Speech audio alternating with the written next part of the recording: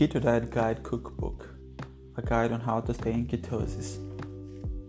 Chapter 3: Carbohydrate Cycling.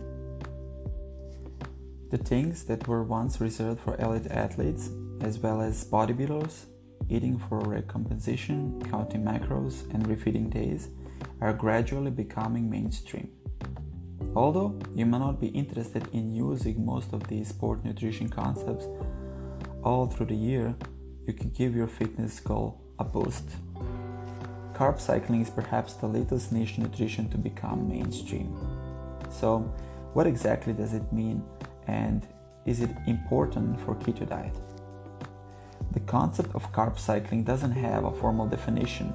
However, the basic principle is that you make changes to your intake of carbohydrate based on your variety needs within a week, month, or year. Every individual will determine the timing as well as the amount of carbs consumed during each phase. Those who make use of carb cycling the most are high performance athletes and bodybuilders, physique competitors. However, the increase in the popularity of keto diet, especially for every active individuals, has also resulted in the increasing popularity of carb cycling among athletes. Carb cycling often revolves around an individual's training schedule. So if you're having a training schedule while on a keto diet, you can consume more carbs on days you are training more intensively. On the other hand, you will consume lower carbs on days your training is less intense. This implies that you will have several high carbs, medium carb, and lower carb days cycled all through the week. So why carb cycling? Remember, your goal is to get into ketosis as fast as possible and remain in that state for as long as you desire. To achieve this, you're cutting your intake of carbs and focusing more on fats and vegetables. But for those who engage in intensive training several times in a week, there might be a need for carb cycling. To efficiently power your workouts and enjoy better results both in body composition and performance, you need to be strategic about when and how you consume carbs, which will be your body's preferred source of fuel for exercise. Most of the research on carb cycling focuses on athletes and how it can enhance body composition and performance.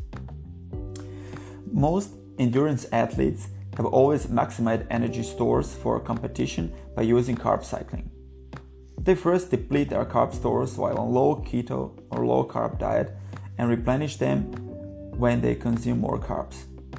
The reason why they do this is to maximize carb storage in the muscles as well as the liver, glycogen, and also train their bodies to adapt to the use of fat as an alternative fuel source for energy. This helps athletes not to be limited only to depending on carbs during a competition. Those who need carb cycling. Basically, carb cycling can be extremely helpful for two main groups of people: active individuals on a keto diet and endurance athletes. These are individuals who focus mainly on endurance sports such as swimming, cycling, and running. Preliminary evidence points to the fact that varied carbs intake all through the year and specifically reducing the level of carbs during high volume pre-season training may assist in increasing muscle glycogen stores as well as performance within the introduction of carbs. So, when you cut down on your carbs intake just before embarking on your main training season, for instance, while preparing for a triathlon or marathon, may assist your body to make better use of carbs when you eventually re-endure them before you're about to hit your performance peak. Carb cycling can also be very helpful for individuals who want to control their weight. Eating a lower carb diet like the keto diet can be helpful for optimal health and weight loss. However, there is evidence from research to suggest that carbs are the predominant fuel for working muscles, especially during high-intensity exercises.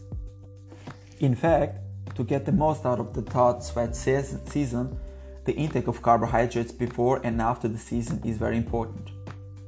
Experts believe that consuming a lower carb diet while significantly cut down on power input during high-intensity exercise, so stick to a keto diet while engaging in high-intensity exercises, you need carb cycling.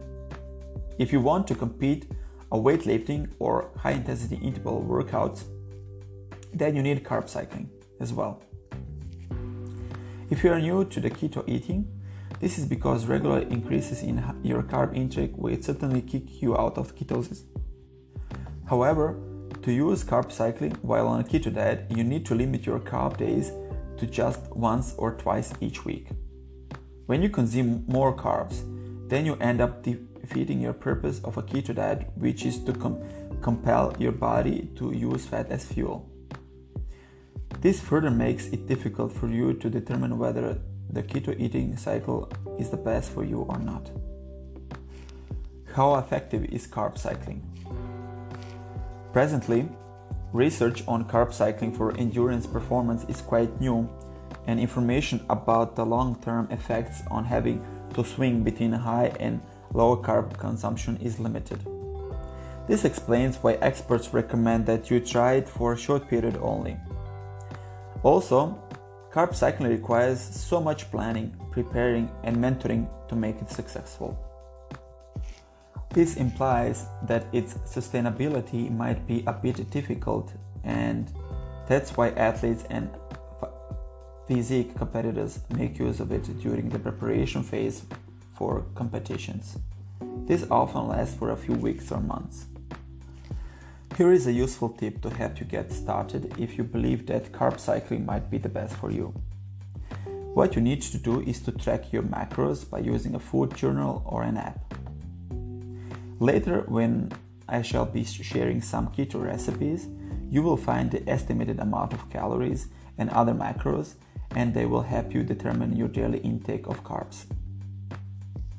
Another important thing you need to do is to determine how many grams of carbs you should consume daily. Bear in mind that this figure will not be the general one. Many factors play a key role in determining how many grams of carbohydrates you should consume.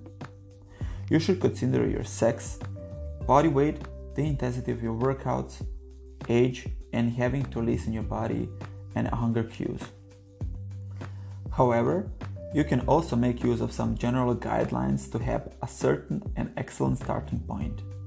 For instance, on high carb days, some people consume about 60% of their calories from complex carbs. On the other hand, on lower carb days, they go for healthy fats and drop some of the carbs. Another strategy that individuals will engage in high intensity exercises to is use their low carb days as a starting point to help estimate the medium and higher carb days. Since what you need to reach ketosis is 50 grams per day, you could begin with 50 grams as your low carb day and gradually working your way up from there. So your week might be looking something like this. Day 1, 50 grams of carbs. Day 2, 80 grams. Day 3, 110 grams. Day 4, 140 grams, and day 5, 125 grams. This implies that your fourth day would be your most intense training day, a long run, heavy weightlifting, or high intensity interval training. While day 1 would also be your least intense day, which could be mobility work, light cardio, or rest day. Once you hit day 5, your cycle will go back on to day 1. It's crucial to match your high carb days with thought workout days to enable you to get the boost in your energy requirement for your workouts from an extra carbs. In addition, you have to consider eating high fiber carbs as well as high quality carbs. As much as possible, avoid processed foods and choose whole grains like quinoa, brown rice, and whole grain bread. And finally, if you're in doubt about the right quantity of carbs you require while on a keto diet, then you need to consult an expert. This is because while on a keto diet, the amount of carbs needed on high and lower carb days varies significantly based on the type and level of physical activity you do, your calorie needs as well as your goal. Consulting dietitians and experts in the field will help you stick to a keto way of eating while engaging in carb cycling.